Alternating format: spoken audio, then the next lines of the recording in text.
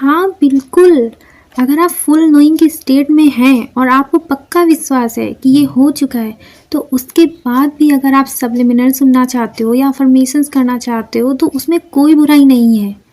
बस यहाँ एक बहुत बारीकी वाली बात समझनी ज़रूरी है जो 60 कॉन्शियसनेस का हिस्सा है, ठीक है। तो देखो, नंबर 1, डूइंग वर्सेस बीइंग, यानी कि गलत अप्रोच क्या होगी कि मैं सब्लिमिनल सुन रही हूँ ताकि 3D में जल्दी दिख जाए, तो यहाँ लैक की फीलिंग है, ठीक है, जैसे कुछ बचा रह गया हो अभी।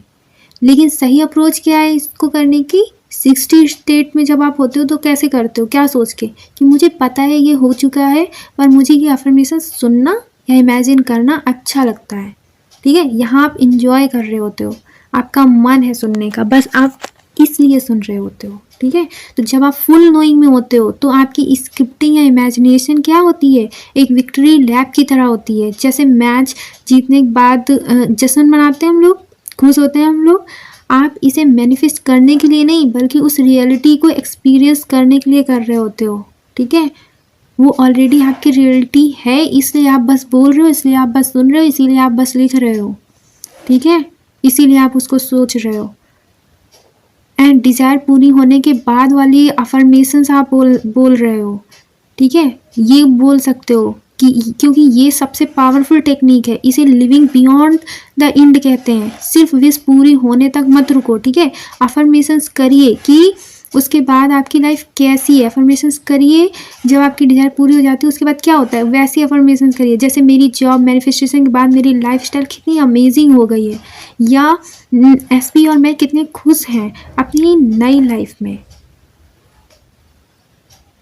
जब आप एंड के भी आगे की बात करते हैं तो माइंड को लगता है कि पिछली विश तो कब की पूरी हो चुकी है, तभी तो आप आगे की बात कर रहे हैं।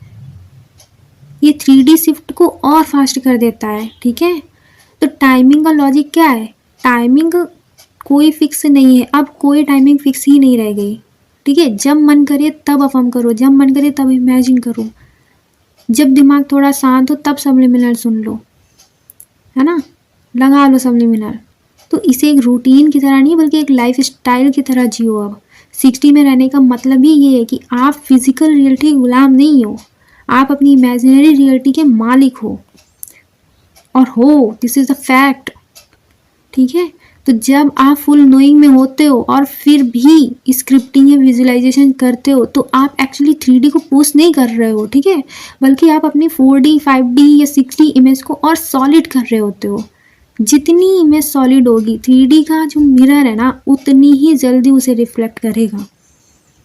तो अगर आपको सब्लिमिनल सुनने से सुकून मिलता है और आप वेट नहीं कर रहे हो बल्कि इंजॉय कर रहे हो, तो ज़रूर करते रहो। ये आपकी वाइब्रेशन को हाई रखता है और आपको 3D के पुराने जो पैटर्न्स होते हैं उनसे डिटैच होने में मदद करता है, ठीक है।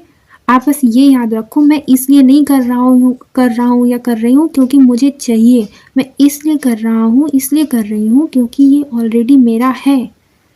आपका नोइंग ही आपकी सबसे बड़ी पावर है, बाकी सब तो सिर्फ उस जश्न का हिस्सा है, ठीक है। तो आई होप आपको अच्छा लगा होगा, समझ आया होगा। Hare Krishna, Radhe Radhe, thank you so much for everything.